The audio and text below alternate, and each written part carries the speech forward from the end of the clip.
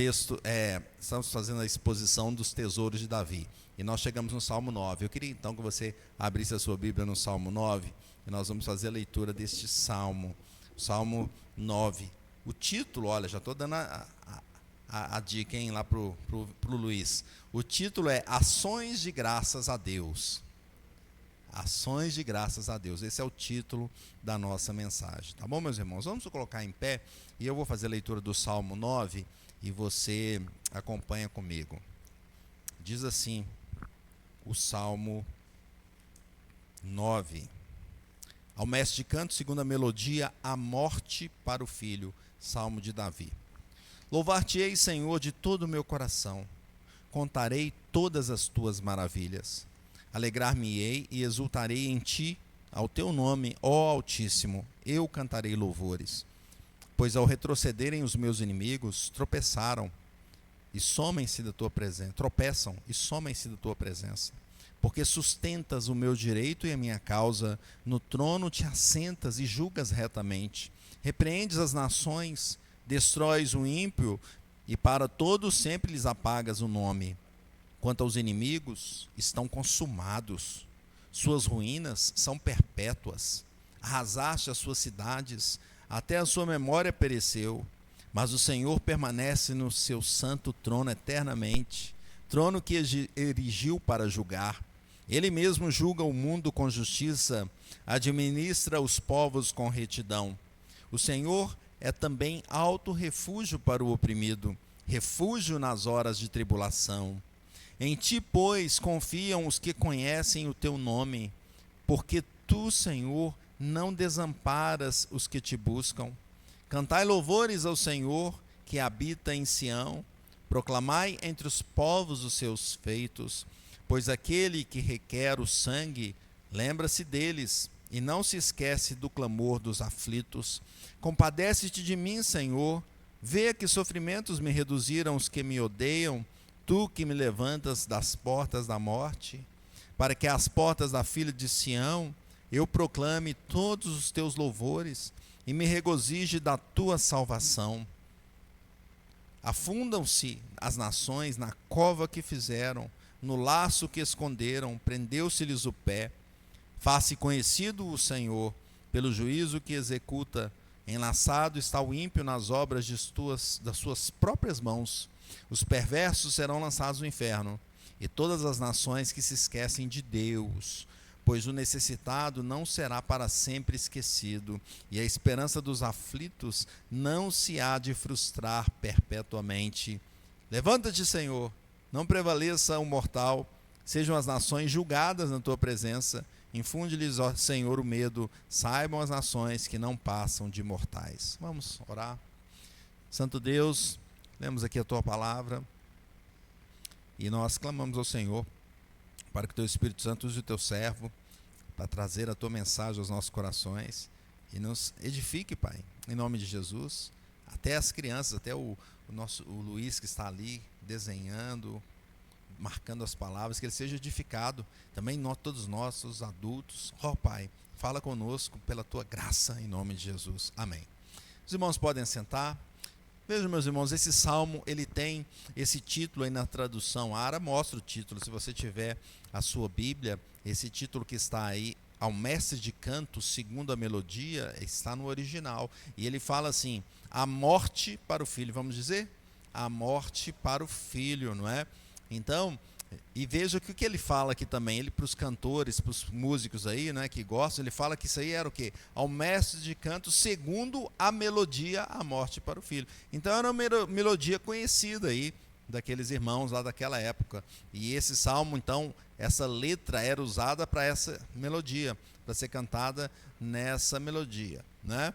E não parece aqui, quando a gente pensa assim, a morte, né, a palavra morte é uma palavra que traz tristeza, né? Então deve ser uma canção triste, mas não parece ser o caso dessa canção, porque no aramaico, né, fala assim, no aramaico o significado literal é assim, concernente à morte do campeão que saiu entre os acampamentos. Então quando a gente percebe isso aqui no aramaico, a gente entende mais profundamente, concernente à morte do campeão que saiu entre os acampamentos. E conhecendo as histórias de Davi, pode-se pensar que esse salmo teve a visão então de Davi com a vitória de Golias. De qualquer forma, não é uma melodia que mostra a vitória do campeão, a vitória do campeão, não é? E trata então essas suas primeiras frases, nos mostra ali que é uma música de louvor, não é isso que está escrito aí nas primeiras frases? Louvar-te-ei, Senhor, de todo o meu coração. Veja que Davi, nós estamos falando dos tesouros de Davi, então os salmos de Davi, ele traz vários temas.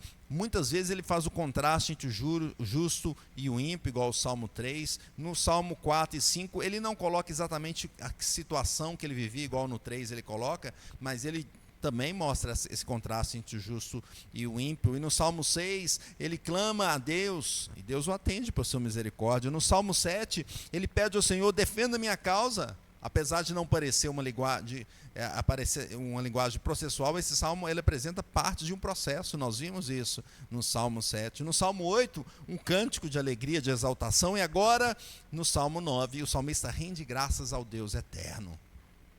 Rende graças ao Deus eterno. Eu vou ler aqui de uma outra forma. Veja como esse salmo nos fala. Eu te louvarei, Senhor, de todo o meu coração, anunciarei as suas maravilhosas obras. Por tua causa me alegrarei, celebrarei, cantarei louvores ao teu nome, Altíssimo. Os meus inimigos recuaram, tropeçaram, fugiram da tua presença, pois julgaste o meu direito e minha causa no teu justo trono. O Senhor repreendeu as nações, destruiu os ímpios e apagou-lhes o nome. O inimigo está acabado, arruinado para sempre. Arrasaste suas cidades e caíram no esquecimento. O Senhor, porém, reina para sempre. E julgas o teu trono com retidão. Julgará o mundo com justiça. Governará as nações com retidão. O Senhor é abrigo para os oprimidos, refúgio em tempo de aflição. Quem conhece o teu nome, confia em ti. Tu não abandonas quem te busca. Cantem louvores ao Senhor, então, pois ele reina em Sião. Anuncie os seus grandes feitos, pois aquele que vinga o sangue derramado não se esquece dos aflitos. Ele não ignora o clamor do seu povo. Senhor, tem misericórdia então de mim. Vê como os meus inimigos me atormentam. Senhor, livra-me da morte, salva-me, para que eu te louve às portas de Jerusalém com alegria. As nações caíram na própria cova que abriram, os seus pés ficaram presos no laço que armaram. O Senhor é conhecido por sua justiça, os perversos são pegos nas próprias armadilhas. Os perversos descerão à sepultura, e esse é o destino de todas as nações que se esquecem de Deus. O necessitado, porém, não será esquecido para sempre. A esperança dos pobres nunca mais será frustrada. Levanta-te, Senhor.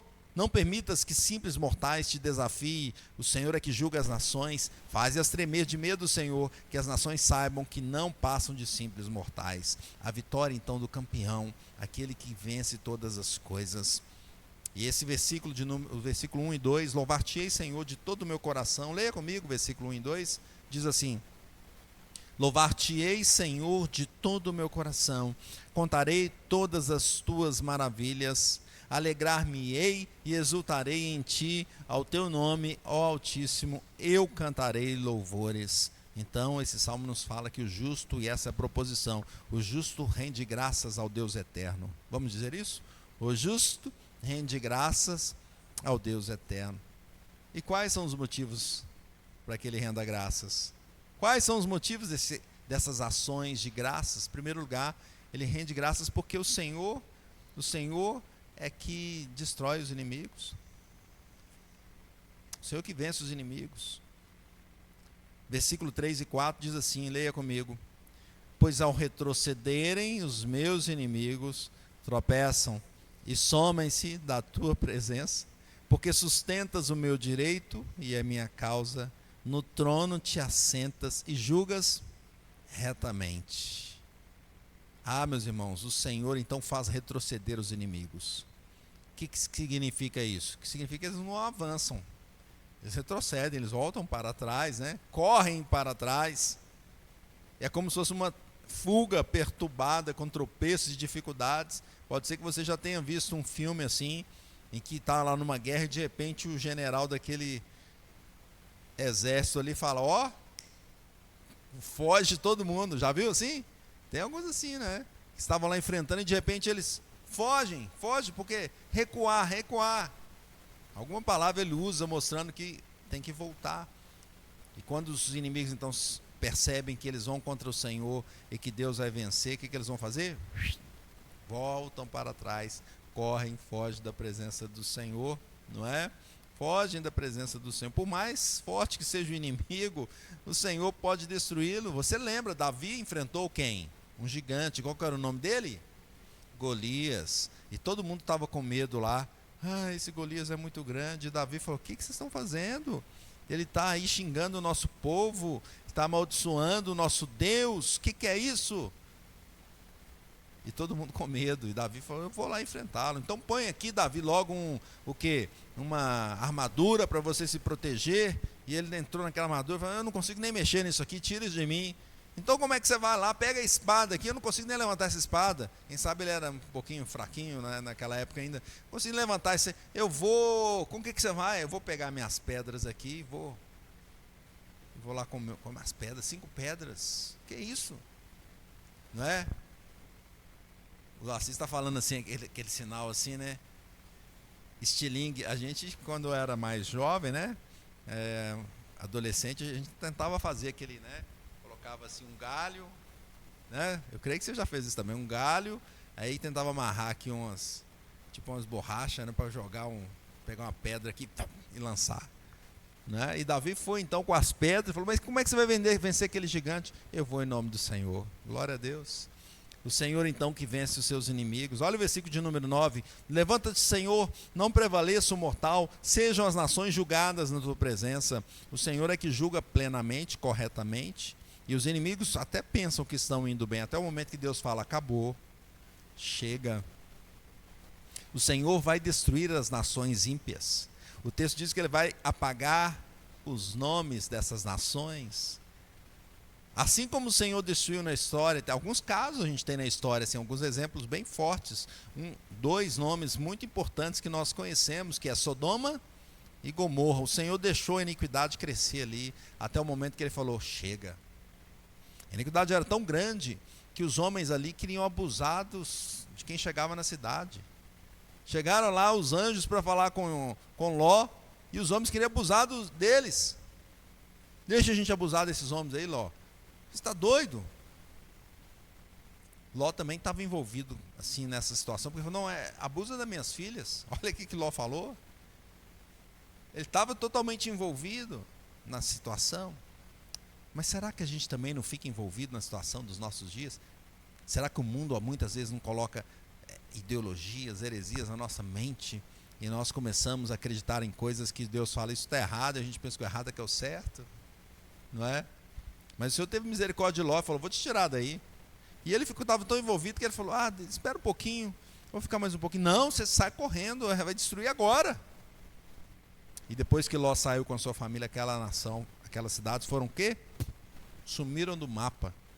Nem sabe mais o que aconteceu.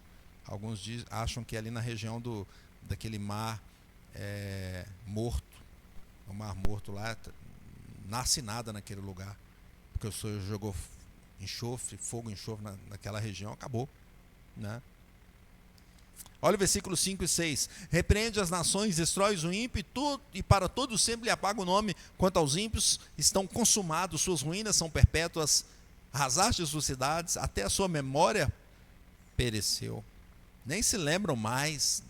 Tem nações que nem se lembram mais dessas nações ímpias, não é? Olha o versículo 16. Afundam-se as nações na cova que fizeram, no laço que esconderam, prendeu-se-lhes o pé. Faça conhecido o Senhor pelo juízo que executa. Enlaçado está o ímpio nas obras das suas próprias mãos. O salmista até fala assim: olha, as nações fazem a cova ali, fazem as armadilhas, mas elas mesmas caem nessas armadilhas. Veja como o Senhor reina. O Senhor destrói os inimigos, às vezes até colocando nessa própria armadilha. Ele vai lá e arma. Também em alguns filmes a gente vê, né? A pessoa vai lá e faz. Parece que o pessoal tira essas coisas da Bíblia, né? Faz lá uma armadilha assim, para cair, de repente ele mesmo corre e cai lá dentro daquela armadilha. Não é? Olha o versículo 20. Infunde-lhe, Senhor, o medo, saibam as nações que não passam de mortais. As nações não passam de mortais. Nós vamos ver na quinta-feira a lição que fala sobre isso, os reinos, o reino de Deus e os reinos da terra. E os reinos da terra tentam se levantar contra o Senhor e contra a sua igreja, mas eles levantam e caem, levantam e caem. Mas o reino de Deus é o reino eterno. Os da terra não passam de mortais. De mortais. Veja o versículo 17: os perversos serão lançados no inferno, e todas as nações que se esquecem de Deus, que se esquecem de Deus. E o comentarista Adam Clarke, ele fala assim, olha, esse texto aqui, quando fala lançados no inferno, é como se fosse de ponta cabeça para o inferno. Já pensou? Ser lançado é uma coisa, mas ser lançado de ponta cabeça? Uma vez viajou eu, meu pai e meu irmão. A gente foi no... Foi bom, né, pai? Meu pai está aqui. Nós três, vamos para a praia, vamos. Nós três. Né? Os homens lá da casa. Ficou minha mãe e minha irmã só em casa. Né? Aí a gente foi para a praia, no litoral mineiro. Qual que é o litoral mineiro? Hã? É o Espírito Santo, né? Algum ali desse... Eles falam que a praia de Minas é o Espírito Santo, mas o Rio também tem se tornado, né? Mas enfim, não foi Guarapari não, mas foi em Marataízes. Aí lá perto de Marataízes é um lugar que chama, como é que chama a cidadezinha lá, aquele lugar lá? Praia das... Lagoa do Siri. Lagoa do Siri. E a Lagoa do Siri é o seguinte, então tem... Por que é a Lagoa do Siri? Porque tem uma lagoa que se forma em algum momento ali, perto do mar, ali, bem perto do mar, né? Então, tem até uma pontezinha que passa sobre essa lagoa, e a gente chegou lá e o pessoal ficava pulando dessa ponte. Pulando e tchau. Eu falei, você tá doido? O pessoal, a ponte alta, mergulhando, né? E aí ficou eu e meu irmão, nós vamos pular lá, vamos pular, não vamos pular. Ficou um assim, vamos, não vamos, né? Será? Eu não sei, mas os caras estão pulando, deve dar. Aí meu pai chegou do nada, sem falar nada, e saiu e pulou de ponta cabeça. Tchau! Eu fiquei só olhando, meu Deus, agora ele vai sair lá, né? Tem que sair de algum, aí saiu lá na frente. Né?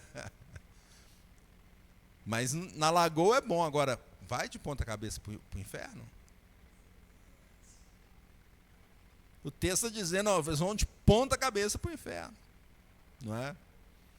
Spurgeon comenta assim, o esquecimento parece um pecado pequeno, mas provoca a ira eterna contra o homem que vive e morre no esquecimento. Os homens se esquecem de Deus.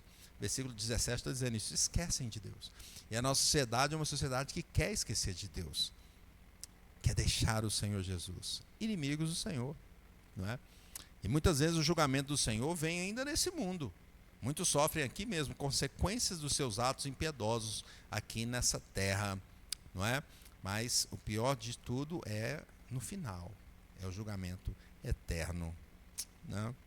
Meus irmãos, segundo lugar, como que é então? Por quê, né? Qual o outro motivo? Rende graças porque o Senhor faz o que é justo. Olha só, pelo que o Senhor faz ao justo. O Senhor jamais abandona os que confiam nele. Se o Senhor, com os inimigos, o Senhor vai trazer o julgamento severo, com aqueles que são do Senhor, que confiam nele, o Senhor não abandona. Leia comigo o versículo 10. Diz assim, em ti, pois, confiam os que conhecem o teu nome, porque tu, Senhor, não desamparas os que te buscam. Ah, que bênção! O Senhor está dizendo assim, eu não desamparo aqueles que me buscam. Os que buscam o Senhor terão amparo, cuidado, refúgio. São lembrados pelo grande juiz. O Senhor tem em mente todos aqueles, quando a gente pega a história, Luciano estudou lá no seminário também, né, Luciano? Várias, a história dos mártires, né? Pessoas que se entregaram por causa do Evangelho, morreram por causa do Evangelho, foram perseguidos. Esses nomes não são esquecidos pelo Senhor. O Senhor lembra de cada nome. Versículo 12, pois aquele que requer o sangue lembra-se deles e não se esquece do clamor dos aflitos. Veja, está na mente de Deus. Deus conhece cada um. Ah, Senhor, bendito seja o teu nome. Além dos aflitos, né? Além disso, os aflitos têm os seus clamores ouvidos, então, por Deus. Olha o versículo 18. Pois o necessitado não será para sempre esquecido. Olha, quanta gente que às vezes clama, pede por socorro. Deus está falando, não será esquecido. Se pedir a mim, não será esquecido. E a esperança dos aflitos não se há de frustrar perpetuamente. Ou seja, no momento certo, Deus age. Ah, meus irmãos, que bênção. Deus atende ao aflito. Ele levanta e nos guarda e nos protege. Versículo 13, compadece de mim. Então ele fala com isso com o Senhor. Compadece de mim, Senhor. Vê que sofrimentos me reduziram, os que me odeiam. Tu me levantas das portas da morte. Então o salmista clama pela misericórdia do Senhor, porque ele está vendo o Senhor faz bem ao justo. Eu vou clamar a Deus.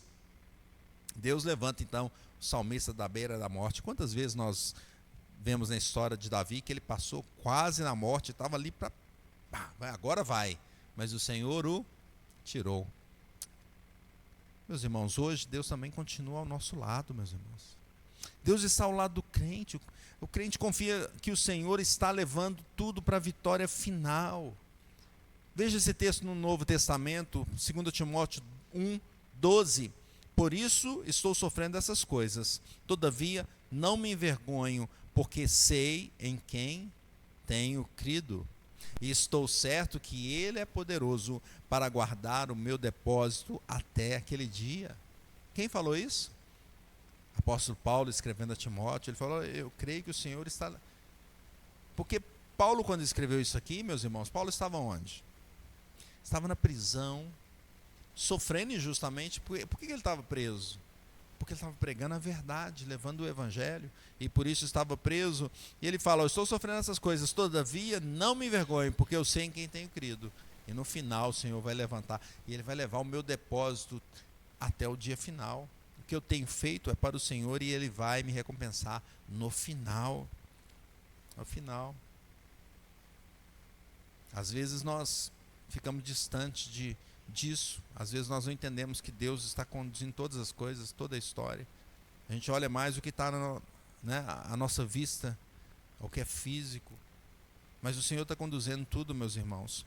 Devemos conhecer mais o Senhor. 1 João 2,3 diz, ora, sabemos que temos conhecido por isto, se guardarmos os seus mandamentos. Quando nós guardamos mais a palavra do Senhor, quanto mais nós guardamos e obedecemos ao Senhor, mais nós o conhecemos.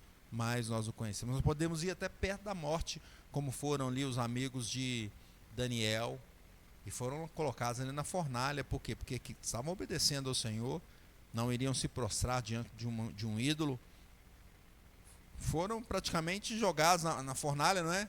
Foram jogados na fornalha. Eu não sei o que passou na mente deles, o texto não conta tudo que eles pensaram, mas eles devem ter, eu pensaria, agora já era.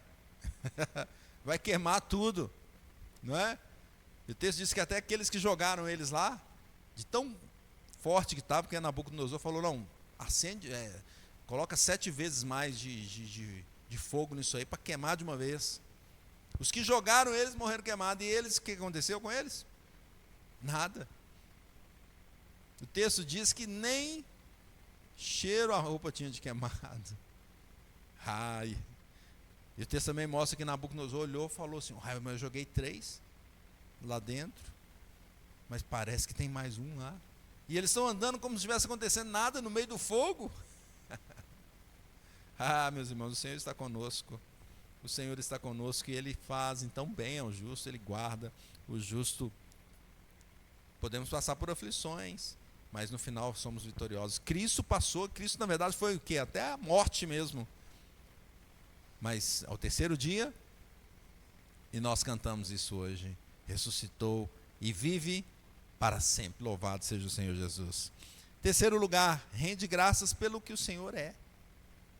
Então o crente rende graças pelo que o Senhor faz ao ímpio, de forma um julgamento correto, pelo que Ele faz ao justo, com a sua graça, porque nós não somos merecedores, mas pela sua graça, e rende graças pelo que Ele é.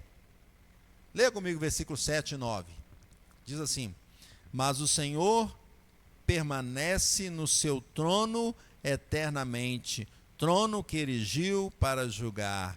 Ele mesmo julga o mundo com justiça, administra os povos com retidão. O Senhor é também alto refúgio, refúgio para o oprimido, refúgio nas horas de tribulação. Nós adoramos ao Senhor pelo que Ele é. O Senhor está no trono, Ele é rei, é o rei eterno, Ele reina sobre tudo e sobre todos. As nações podem se levantar, se engrandecer, como muitas nações se levantam contra Deus. Nós vimos aqui nações que se levantam contra Deus, que vão perseguir o evangelho. Muitos podem fazer isso, mas todas elas cairão. Assim foi com o Egito, assim foi com a Babilônia, assim foi com os outros impérios, Medo-Persa, Império Romano, Greco-Macedônico, todos eles se levantaram, caíram, mas o reino de Deus permanece para sempre. Louvado seja Deus. É o Senhor eterno. É o Senhor justo também, que julga com retidão, com verdade, não é? Hoje a gente fica preocupado com os julgamentos dessa terra, pois eles são mais ideológicos do que justos. Mas o Senhor não. O julgamento dele é justo. O Senhor não precisa coletar as provas, Ele sabe de todas elas. Antes mesmo que você fale, Ele já conhece a prova que está dentro do teu coração, que você é pecador. Não tem como escapar do julgamento do Senhor. Ele é o Deus justo, um juiz correto, reto. Não há nada de errado na administração divina. Ele domina sobre todos e faz isso de forma reta pelos seus mandamentos, que são perfeitos e eternos. Além disso, Ele é o refúgio. Aquele que olha para o Senhor e fala: Senhor, o Senhor é santo, santo, santo, e eu sou pecador. O Senhor deveria me destruir. Mas Deus fala assim também, eu sou justo, mas eu também sou refúgio. Eu sou refúgio. Aqueles então que vão para o Senhor e se colocam debaixo do Senhor, falam: Senhor, então me guarda. O Senhor protege o necessitado. Um alto refúgio, uma torre onde nenhum inimigo pode chegar, assim é o Senhor. E o Senhor, meus irmãos, é o mesmo ontem, hoje e será eternamente. É o mesmo que foi então nesse cântico de Davi, é o mesmo que está hoje nos dizendo: eu sou refúgio para vocês. Aqueles que vivem hoje neste mundo e às vezes veem o sistema mudando, tomando conta, o Senhor está dizendo: eu sou refúgio.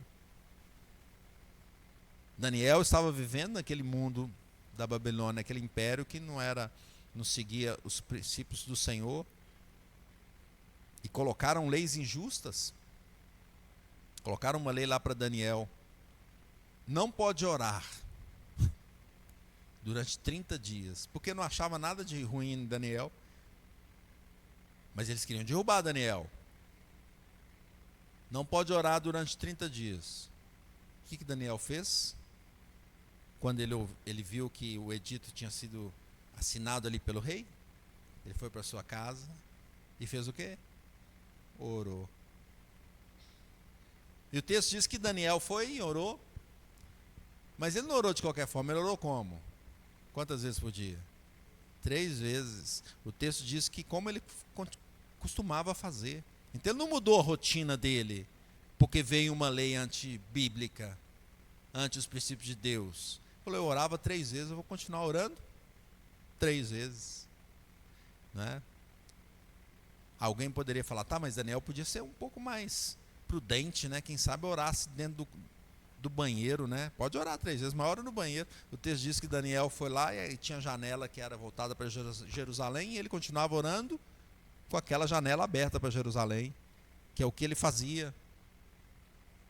Então ele fazia questão de ainda dizer: olha, eu sirvo a esse Deus, eu creio em Deus, não é uma lei que vai mudar a minha atitude, eu não posso mudar a minha atitude. Será que a gente faria isso, meus irmãos? Não é? Ou será que, vou pegar uma coisinha mais leve, né? Será que quando o Brasil for para a final da Copa do Mundo e o jogo for na hora da igreja, a igreja vai estar cheia? Né? A igreja vai estar cheia? Acho que foi 1994, alguns estavam aqui, né? Que a final foi 7 horas da noite no domingo, né? Tem gente que lembra aí, né? Quem lembra, estava na igreja ou estava assistindo o jogo?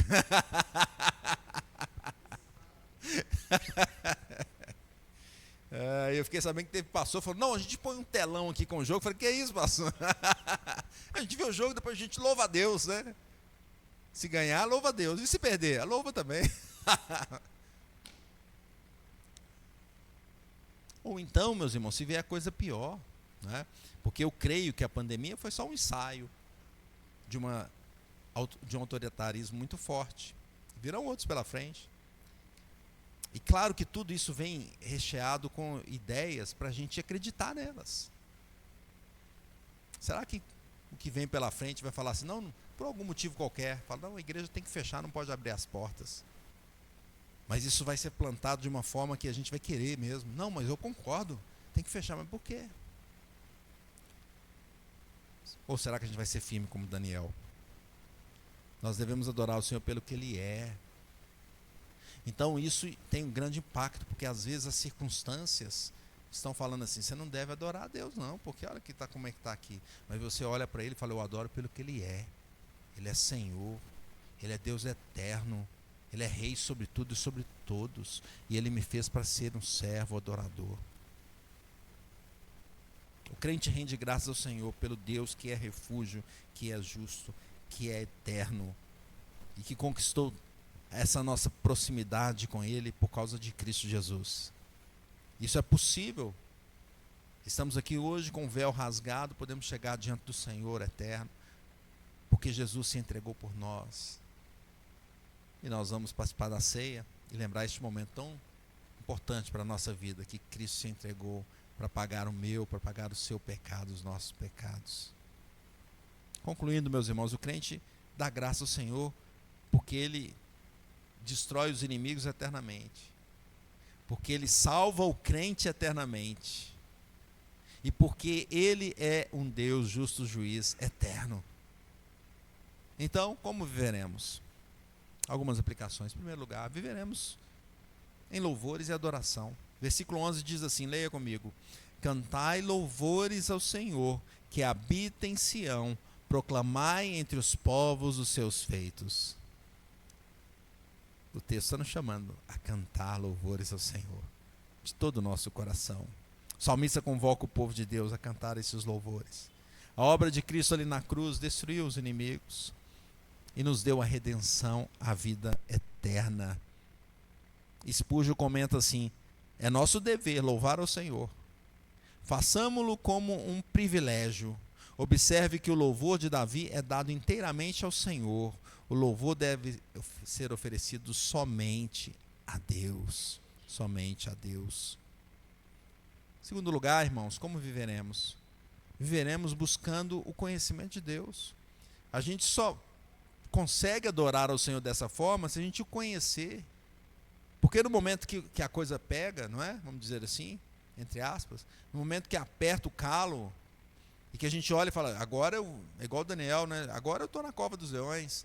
Quando a coisa chega, a gente só continua adorando ao Senhor se a gente conhece esse Deus. Nós devemos buscar esse conhecimento para confiar mais e mais no Senhor. Versículo 10 diz assim, em ti, pois, confiam os que conhecem o teu nome. Leia comigo esse versículo 10. Olha só.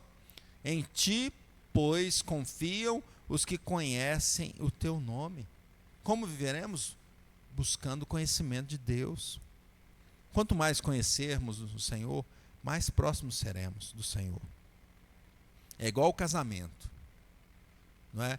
No início, a gente conhece mais ou menos, né? Os irmãos são casados tem pouco tempo, aqui tem mais tempo, aqui eu não sei, tem um bom tempo também, eu tenho um bom tempo, tem outros ali que tem muito tempo, né? Mas quanto mais você conhece, né?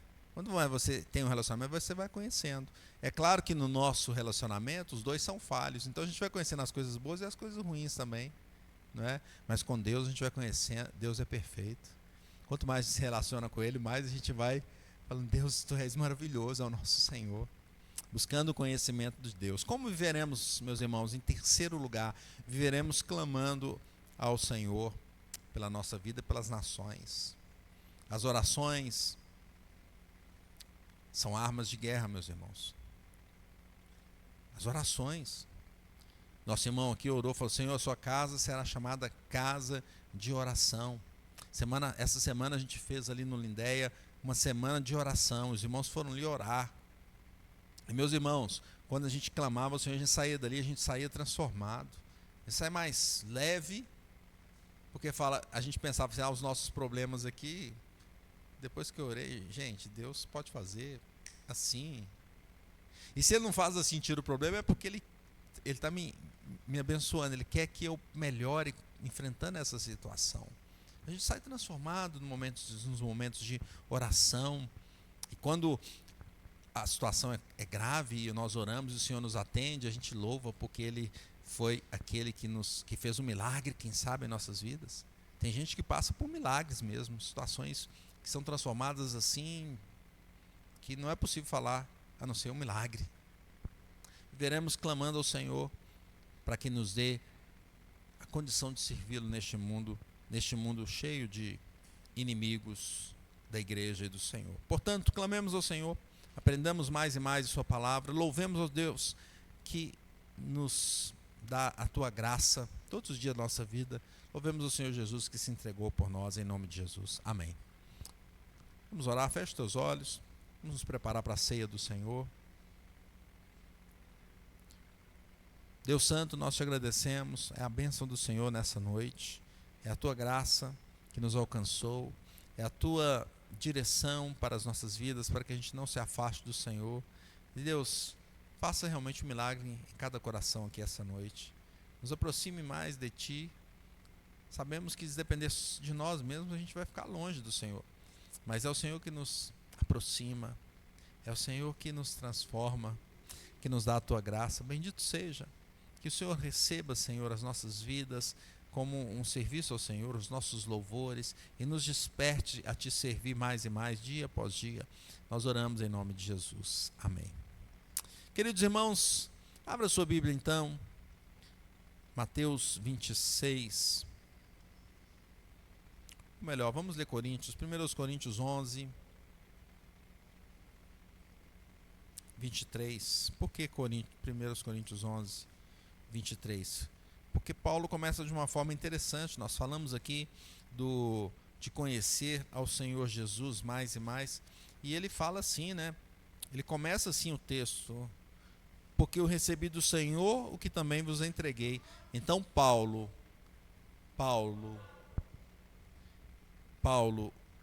o que ele fez? Ele aprendeu do Senhor, e ele passou esse conhecimento. Porque o que eu recebi do Senhor, eu também vos entreguei. E Ele nos ensina.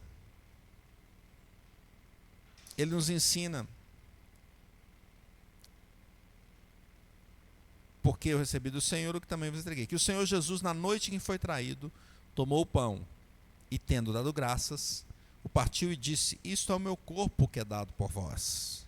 Fazei isto em memória de mim. E eu pergunto: quem dá o corpo para o outro dessa forma? Jesus entregou o seu corpo. O pão representa o corpo de Cristo. Ele entregou para nos abençoar. Versículo 24. Tendo dado graça, o partiu e disse: esse é o meu corpo que é dado por vós. Fazer isso em memória de mim. E o 25, por semelhante modo, depois de haver ceado, tomou também o cálice, dizendo: este cálice é a nova aliança no meu sangue. Fazei isso todas as vezes que beberdes, em memória de mim. O Senhor nos chama, então, a lembrarmos dele participando da ceia. A ceia é uma ordenança do Senhor, então. E quando fazemos isso, o Senhor nos conhece, sabe que um homem é simbólico, mas não é apenas o símbolo. Nós vemos aqui os símbolos presentes, mas não apenas o símbolo. A presença do Senhor está conosco. Não que os elementos se transformem, que o pão vai transformar no corpo de Cristo fisicamente. Não.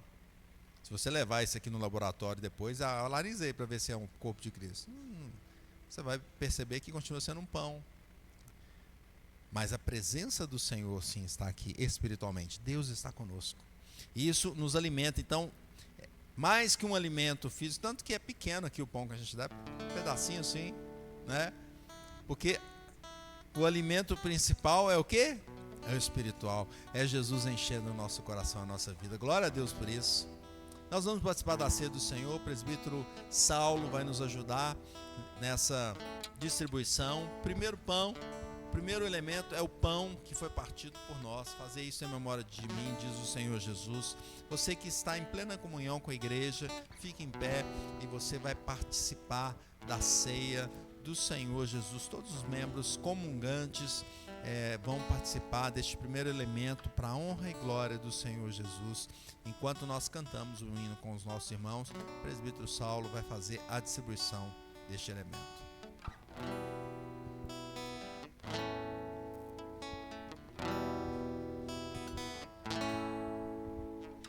Seja bendito o Cordeiro que na cruz por nós padeceu. Seja bendito seu sangue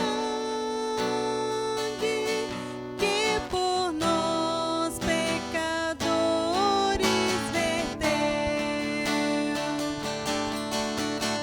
Eis que no sangue lavado e tendo puro coração, os pecadores remidos por Jesus têm com Deus comunhão. Algo mais que a neve,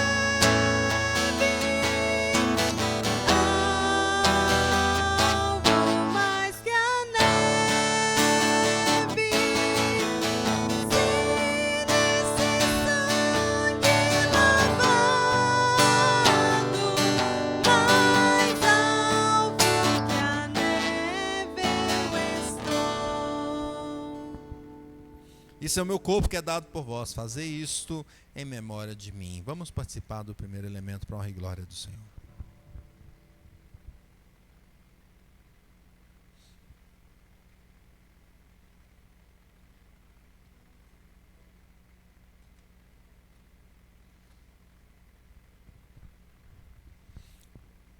Por semelhante modo, depois de haver ceado, tomou também o cálice, dizendo: este cálice é a nova aliança no meu sangue. Fazei isto todas as vezes que beberdes em memória de mim. O sangue de Jesus vertido na cruz. O sangue representa vida. E Jesus deu o sangue dele por nós, para nos dar vida. Mas o sangue de Jesus nos dá vida, não apenas com uma transfusão de sangue. Às vezes uma pessoa ela precisa de uma transfusão de sangue, não é? O sangue de Jesus nos dá vida só que nessa terra, não. Ele nos dá vida eterna. Louvado seja o Senhor. Por isso nós vamos participar do segundo elemento. O presbítero Saulo vai fazer a distribuição da mesma forma. Você que vai participar, fique em pé enquanto nós cantamos o segundo verso do cântico 269, hino 269. Quão espinhosa coroa que Jesus por nós suportou. Oh, quão profundas as chagas que nos provam quanto Ele amou.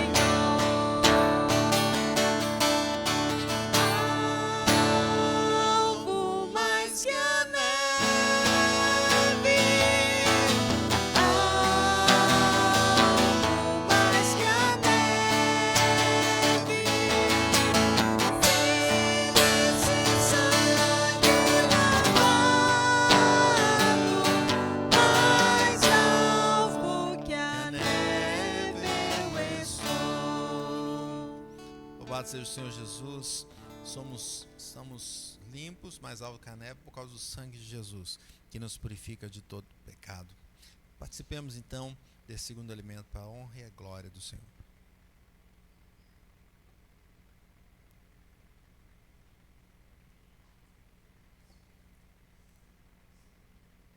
Glória a Deus, bendito seja o Senhor.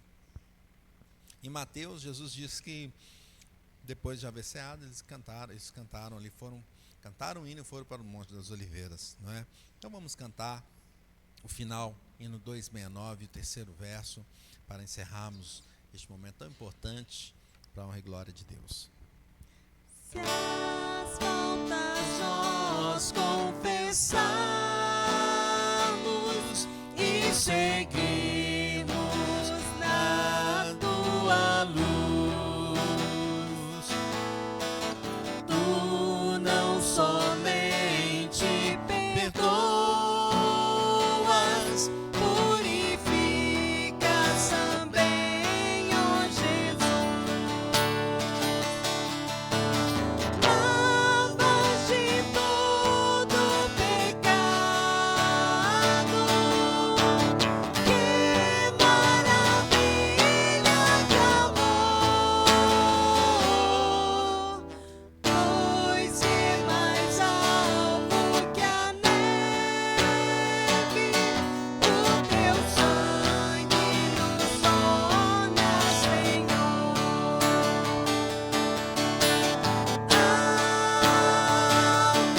mais que a neve,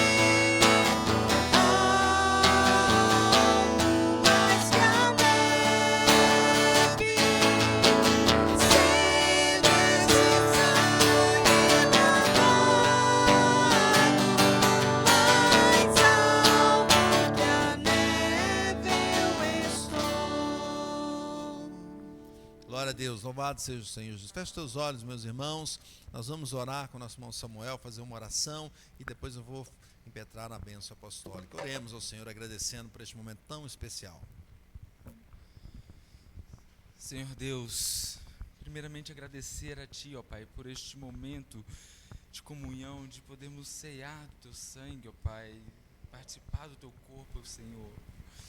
Senhor, que o Senhor venha direcionar a nossa vida, Senhor, que o Senhor venha abençoar no decorrer dessa semana, ó Deus, que possamos todo momento estar buscando a Ti, buscar conhecer a Tua palavra, Senhor, buscar conhecer sobre aquele que nos salva e nos salvará, ó Deus. Ó Deus, muito obrigado por cada um aqui presente, ó Pai. Nos leve em segurança da mesma forma que nos trouxe em segurança, ó Pai. E que nós possamos sempre estar adorando e engrandecendo ao Senhor, Pai, juntos, ó Pai, como igreja, louvando e adorando a Ti todo o tempo, ó Pai, todo momento, ó Pai. Nós Te adoramos, nós oramos a Ti, Senhor, nessa noite, em nome de Cristo Jesus. Amém. Queridos irmãos, recebamos a bênção apostólica. E a graça de nosso Senhor e Salvador Jesus Cristo, e o amor de Deus o Pai, e a comunhão e a consolação do Espírito Santo, sejam com todos nós e com todo o povo de Deus, espalhados sobre a face da terra, desde agora e para sempre. Amém. Amém. Glória a Deus. Que Deus abençoe sua vida. Cumprimente o irmão que está do teu lado. E que Deus abençoe grandemente. Você que nos acompanha através da internet, venha participar presencialmente para que você tenha um momento agradável e glorifique ao Senhor conosco. Deus abençoe.